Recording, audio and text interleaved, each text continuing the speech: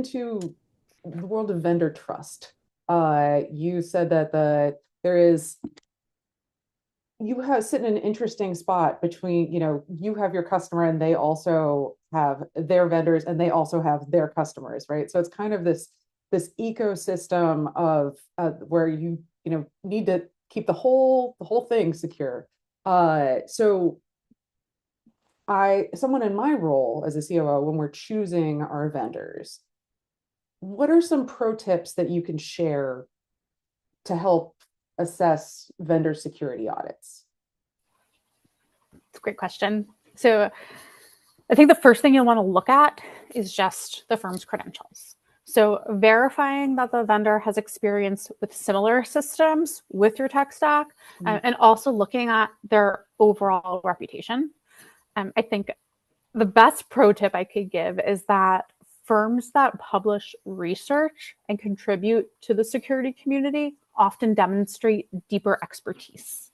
So, for example, we do a lot of work with the open source community, including the Open Source Technology Improvement Fund. We're constantly publishing our own open source tools for the community to use. We also have our engineers doing internal research and development. So they're always publishing new research on various topics.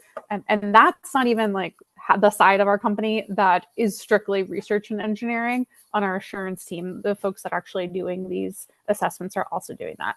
So that's definitely something to look out for.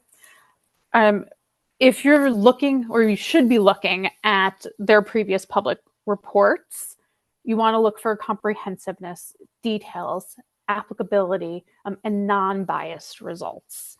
You want to look at scope clarity. So making sure that everything's easy to understand and you really know by reading it what was tested, what was the methodology used, because it should be really clear which components were examined. I think another big one, and probably my favorite, is, are there actionable findings? So you look for specific remediation guidance rather than just, is this a list of vulnerabilities? And that's really what I like about Trilobits and our reports, is that and I'll post a link to some of our reports so you can see examples. We're looking at long-term recommendations. So it's not just getting a list of bugs and how to patch them.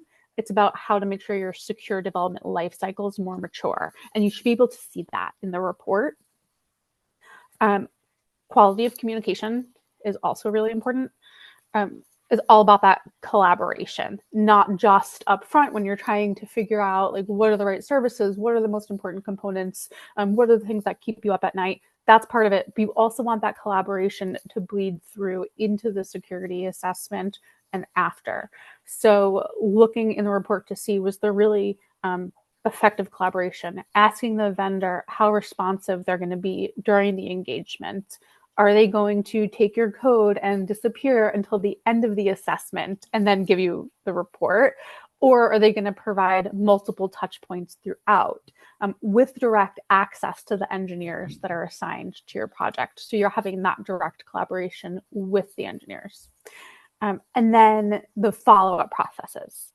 So did the reviews include a fix review or ongoing support to ensure that the identified issues were properly addressed? And usually that's an option for most clients, but we obviously highly recommend that because you don't want just a list of what's wrong. We want to go back and make sure that it was properly fixed. Totally.